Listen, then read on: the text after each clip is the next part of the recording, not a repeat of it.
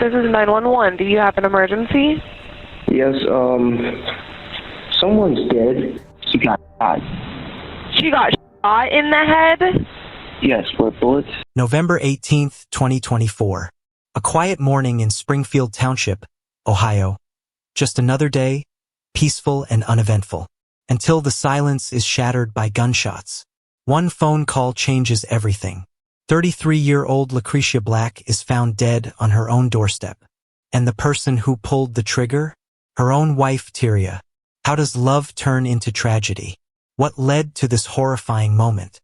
We're diving deep into this chilling case right now. But before we do, make sure to subscribe to the channel, give this video a thumbs up, and drop a comment below. What do you think happened here? Now let's get into it. November 18th, 2024. Picture a regular morning in Springfield Township, Ohio. A calm start to the day, maybe the hint of fall in the air. A neighborhood where things feel steady, life moving along without any trouble. And then the sound of gunshots. The quiet is broken in an instant. A phone rings somewhere. It's a 911 call. Fear takes over. A voice, barely holding it together, tries to explain the horror. The words come out shaky. Someone's dead. She got shot. Shot in the head. At 2179 Lincoln Avenue, the unthinkable has happened. Lucretia Black, just 33 years old, is dead outside her own home. The woman she married, Tyria, is the one who killed her. How does a normal morning end like this? What kind of darkness could turn love into something so violent? The police arrive. Neighbors watch, stunned. But one question hangs in the air, heavier than any other. Why? And this is only where the story begins. The flashing lights of the police cars paint the scene in stark reds and blues, a harsh contrast to the quiet morning that preceded them. As the officers begin their grim work, it's important to remember who Lucretia Black was, the woman whose life was so violently taken. Born on August 31st, 1991, in Cincinnati, Ohio, Lucretia wasn't just a name or a news headline. She was a person woven into the lives of those around her. While details of her early years remain private, one thing is clear: she was cherished. People who knew her speak of a special warmth, an ability to forge connections. It wasn't just about casual acquaintances. Lucretia had a way of building strong bonds with those who crossed her path. Friends, colleagues, family. She left a mark. Whether it was through laughter, a helping hand, or simply being there, she made a difference. Kindness and strength defined her. At 33, Lucretia stood at a threshold. Life stretched before her, full of possibilities. She embraced opportunities, looked forward to what was coming, and held on to her dreams. She wasn't afraid of hard work. In 2017, she held a job at an airport. Those who worked alongside her remember her welcoming nature. She had a way of making people feel at ease. This was Lucretia, not just a victim, but a woman with a story, a life that mattered. A life now cut short, leaving behind unanswered questions and a community searching for understanding. The year 2019 marked a turning point in Lucretia's life. The year she met Tyria Denise Brown. Tyria, at 42, was older, seemingly more established. To Lucretia, she likely appeared to be a figure of stability, someone who had navigated life's complexities and possessed a maturity that promised a secure future. Tyria wasn't alone. She had 3 children from a previous relationship, Kayvon, Mumu, and Elijah, aged 23, 21, and 8, respectively. Tyria presented herself as a devoted mother, someone for whom family was paramount. Her social media presence often reflected this image, filled with posts expressing her love and dedication to her children. She wanted others to see her as a loving and caring parent. For Lucretia, Tyria's role as a single mother wasn't a deterrent. It was a sign of something positive. She interpreted Tyria's experience as evidence of her dependability and nurturing nature. This perception fueled Lucretia's growing affection, leading her to fall in love. As their relationship deepened, Lucretia and Tyria spent more and more time together, their lives intertwining. Family gatherings became a shared experience, a space where Lucretia seamlessly integrated into Tyria's world. She embraced Tyria's children, Kevin, Mumu, and Elijah, forming connections that seemed to solidify their family unit. Their happiness wasn't confined to private moments. It was often displayed on social media, particularly Facebook. Posts captured moments of joy, parties, vacations, celebrations. They appeared inseparable, their bond a picture of a promising love story. This narrative of love and togetherness culminated on December 3, 2023, after nearly 4 years as a couple, when Lucretia and Tyria officially married. The ceremony was a celebration, a public declaration of their commitment. The symbolism of their union went further. They got matching tattoos. The words "till death do us part" were inked onto their skin, a phrase intended to signify a lifelong promise, a bond unbreakable. What was meant to be a beautiful testament to their love, however, would become a chilling foreshadowing of the tragedy to come. The images shared on social media, the wedding photos, the matching tattoos, projected an image of perfect happiness. But behind this carefully constructed facade, a different reality was unfolding. Their relationship, meant to be a source of comfort and joy, was instead marked by constant conflict. Arguments became frequent, casting a dark shadow over their lives together. The bond that once seemed unbreakable was now characterized by instability. Their story became a cycle of breakups and reconciliations, a turbulent pattern of emotional highs and lows. Moments of deep affection would be followed by intense disputes, creating a roller coaster of emotions. Despite the turmoil, they clung to the hope that things would eventually improve, that they could find their way back to the happiness they once shared, or believed they shared. However, as the months passed, the relationship continued its downward spiral, heading toward a tragic conclusion. The difficulties they faced proved insurmountable, the conflicts irreconcilable. The love story that began with such promise was about to end in devastation. After 5 years of navigating the turbulent waters of their relationship, Lucretia reached a breaking point. She made the difficult decision to end her marriage with Tyria. This decision, however, was not met with acceptance. Tyria refused to let go, unwilling to accept the change. For Tyria, losing Lucretia meant losing control, and that was something she wouldn't allow. In the face of this rejection and Tyria's inability to accept the separation, the situation escalated. Tyria made a tragic decision, a choice that would have devastating consequences for both their families. On November 18, 2023, a seemingly ordinary morning unfolded in Springfield Township, Ohio. The air was still, a sense of calm hanging in the balance. But that calm was about to be shattered irrevocably. Tyria Brown arrived at Lucretia's residence. She was consumed by a storm of rage, her purpose clear, her resolve hardened. What words, if any, passed between the two women in those final moments, we don't know. Those details remain locked in the past. But then, the sound of gunshots. The silence of the morning was ripped apart. The first shots were fired through the door itself. A violent warning, a dark omen of what was to come. Lucretia, unaware of the horror about to engulf her, opened that door. Tyria fired again. This time, the bullets found their mark. Lucretia was struck in the head. She fell there on her own porch, betrayed, fatally wounded by the woman she once loved. A life, a vibrant life full of love and strength, was extinguished in an instant. All that was left was devastation. Neighbors, startled by the noise, rushed to their windows. They witnessed the horrifying scene. Lucretia, motionless outside her home, the victim of multiple gunshot wounds. A 911 call was made, a desperate plea for help. A man who was with Lucretia that morning made that call, his voice trembling, urgent. "Someone's dead. She got shot. She got shot in the head. Yes, with bullets." The caller tried to explain what happened. The gunshots through the door, the final fatal shot when Lucretia opened it.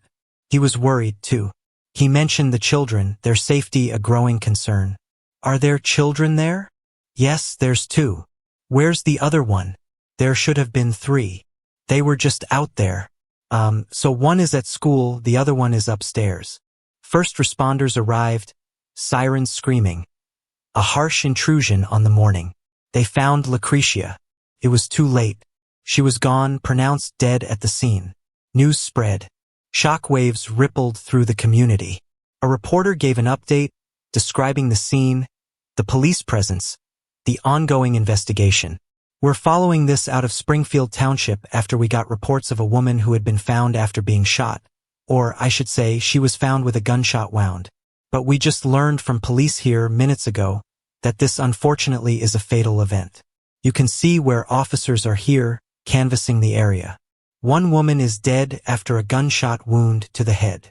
The police hadn't named a suspect yet, but whispers were already circulating. A familiar car was seen leaving the scene. Neighbors stood frozen, trying to process the horror. Radio chatter between dispatchers and police suggested a connection between the suspect and the victim. They knew each other. A neighbor, who had lived in the complex for years, spoke of her shock. The neighborhood, she said, was peaceful, the people quiet, respectful. All my neighbors were just peaceful. Everybody, nobody argues or anything. So, it's just shocking because nothing happens over here. Nothing. So, it's crazy. Investigators began their work, trying to piece together the fragments of the morning. One name kept coming up, Tyria Brown. She became the focus of a statewide manhunt. Tyria, meanwhile, had fled. She escaped in a dark-colored 2014 Chevrolet Cruze. That car, once a familiar sight in Lucretia's driveway, was now a key piece of evidence in a murder investigation. But this story, this tragedy, wasn't over. Another devastating event was about to unfold. The scene at Lucretia's residence was one of controlled chaos. Police officers swarmed the area, their presence a stark contrast to the everyday quiet of the neighborhood. Lucretia was found unresponsive, her life extinguished. Paramedics arrived, but there was nothing they could do. She was pronounced dead at the scene. The neighborhood, moments before a picture of suburban tranquility, was now a crime scene. Yellow caution tape snaked around the perimeter, a visual barrier separating the ordinary from the horrific. Officers moved with purpose, meticulously canvassing the area, their focus sharp as they began their investigation. Neighbors, drawn from their homes by the sounds of sirens and the unfolding drama, stood in stunned silence. The shock was palpable. This was a place where nothing happens, as one neighbor described it. Violence was a stranger here, and its sudden arrival shattered the sense of peace and security they had taken for granted. As investigators began to piece together the puzzle of what had happened, a crucial detail emerged. Tyria Brown had fled. She had escaped in a dark-colored 2014 Chevrolet Cruze. The vehicle, once a familiar sight in Lucretia's driveway, was now a key piece of evidence in a homicide investigation. Law enforcement launched a statewide manhunt. The urgency was clear. Tyria was on the run, unpredictable and armed. If she had already taken one life, there was no telling what she might do next. The pursuit of Tyria Brown took a dramatic turn just 2 hours after the horrific events in Springfield Township. Indiana State Police spotted her on Interstate 65 in Clinton County, Indiana. The chase was on. When officers attempted to pull her over, Tyria refused to stop. What followed was a high-speed pursuit, the prime suspect desperately trying to evade capture. The chase stretched on for over an hour, a tense and dangerous dance between law enforcement and a woman on the run. Finally, Tyria brought the vehicle to a stop at the ammo gas station near State Route 28. But this was not a surrender. It was the prelude to a deadly conclusion. Officers surrounded the gas station, the air thick with anticipation and uncertainty. They moved cautiously, hoping for a peaceful resolution, for Tyria to surrender. But there was no movement from inside the dark-colored Chevrolet Cruze that had carried her across state lines. Then a gunshot rang out from inside the car. The situation instantly escalated. Officers, unsure of Tyria's intentions, responded. Multiple shots were fired. The exact number remains uncertain, but the scene was one of intense chaos. Incredibly, no officers were injured during the exchange. When the gunfire ceased, a heavy silence fell. Officers approached the vehicle, their weapons drawn, to assess the situation. What they found confirmed their worst fears. Tyria Brown was dead. Her motionless body lay in the driver's seat. Beside her was the gun that had sealed the fate of 2 people. Before paramedics could even arrive, the officers knew Tyria's story, like Lucretia's, had reached its tragic end. News of the events in Indiana spread quickly, adding another layer of shock to the tragedy that had begun in Springfield Township. Reports confirmed the details: the police chase, the standoff at the gas station, the gunfire. An early morning shooting in Springfield Township, leaving a person dead. Now, we've been following this case closely and just got an update from officers. Springfield Township police say just after 7 a.m., they got a call for a person at an apartment complex along Lincoln Avenue. Officers found 33-year-old Lucretia Black lying outside the front door of her apartment. She was pronounced dead at the scene. Police say they believe the person who was behind the trigger to be 42-year-old Tyria Brown, who they say drove off to Clinton County, Indiana, where she allegedly got into a police chase with Indiana State Police. At the end of that chase, police say a gunshot was fired from inside Brown's vehicle. Then troopers would open fire. Tyria Brown was killed in that gunfire. Questions lingered. Had Tyria fired at the officers, or had she taken her own life? The answer to that question remained unclear, but the outcome was undeniable. Tyria Brown was dead, just like Lucretia, who lay dead 150 miles away.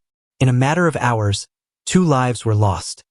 One to a senseless act of violence, the other to a desperate attempt to escape its consequences.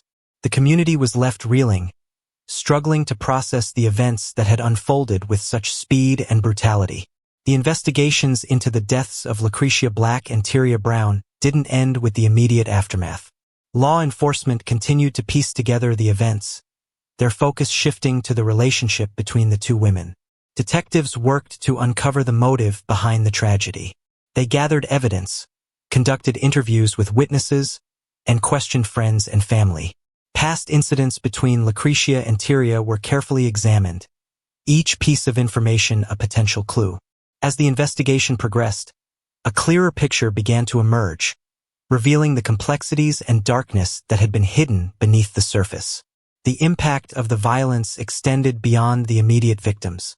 A neighbor, Linda Sales, described the trauma of finding a bullet hole in her window, a stark reminder of how the violence had rippled through the community, shattering the sense of safety and leaving lasting scars. They knocked on the door and told me that there was a bullet hole in my window. A traumatizing Monday morning. I'm so blessed and lucky that I was sleeping, that I was in the back. I'm so thankful that my grandkids weren't here, 'cause that's the area where they play, eat, and spend their time. The 911 call placed by the man who was with Lucretia provided further insight into the initial moments of confusion and fear. The caller, who described himself as a friend and someone Lucretia cared for, was initially unsure of who had shot her. 911, do you have an emergency? Yes, someone's dead. A friend. She's like a caretaker to me. At the time, the man who called wasn't sure who shot her. Eventually, through court records, it was revealed that Lucretia Black and Tyria Brown were married. A friend of Lucretia described their relationship to a news outlet as on again, off again, a relationship marked by frequent arguments. We found out through Hamilton County court records that Lucretia Black and the suspect, 42-year-old Tyria Brown, were married. One friend of Black described their relationship to WCPO 9 News as on again, off again, and the 2 would fight often. The turbulence of their relationship, the struggles they faced behind closed doors, and the emotional weight both women carried had all been building up to the tragic events of that day. In the aftermath of the violence, grief permeated Springfield Township. Friends and family of both Lucretia and Tyria struggled to make sense of what had happened, grappling with the shock and devastation. The community, once peaceful and quiet, was now forced to confront the harsh reality of the tragedy that had unfolded in a matter of hours. The pain and sorrow weren't confined to Lucretia's loved ones. Tyria's daughter, Mumu, took to social media to express her grief. While acknowledging the events, she also defended her mother, highlighting the complexity of the situation and the conflicting emotions involved. I'm trying so hard not to break down and give in to the internet when it comes to defending my mama. So many outsiders are twisting the story to fit their own selfish narrative.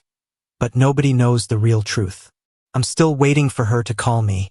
Y'all, if you're against me or speaking negatively, remove me right now. In the days that followed, efforts were made to honor the memories of both women. On November 20th, 2024, balloon releases were held by the two families, a symbolic gesture of remembrance. Funeral services for Lucretia Black and Tyria Brown were held on November 30th, 2024. Each service was attended by grieving relatives and friends, all trying to come to terms with the heartbreaking reality of what had transpired. Lucretia and Tyria's story serves as a chilling reminder of the potential dangers lurking within toxic relationships. It underscores the importance of recognizing the signs of abuse and seeking help when needed. Love should never feel like a trap, and leaving a relationship should never come at the cost of one's life. Time and time again, cases like this emerge, serving as stark reminders of the potential for danger in unhealthy relationships. Lucretia's story is more than just a tragedy. It's a warning that should be heeded, a reminder that no one is immune to the insidious nature of domestic violence.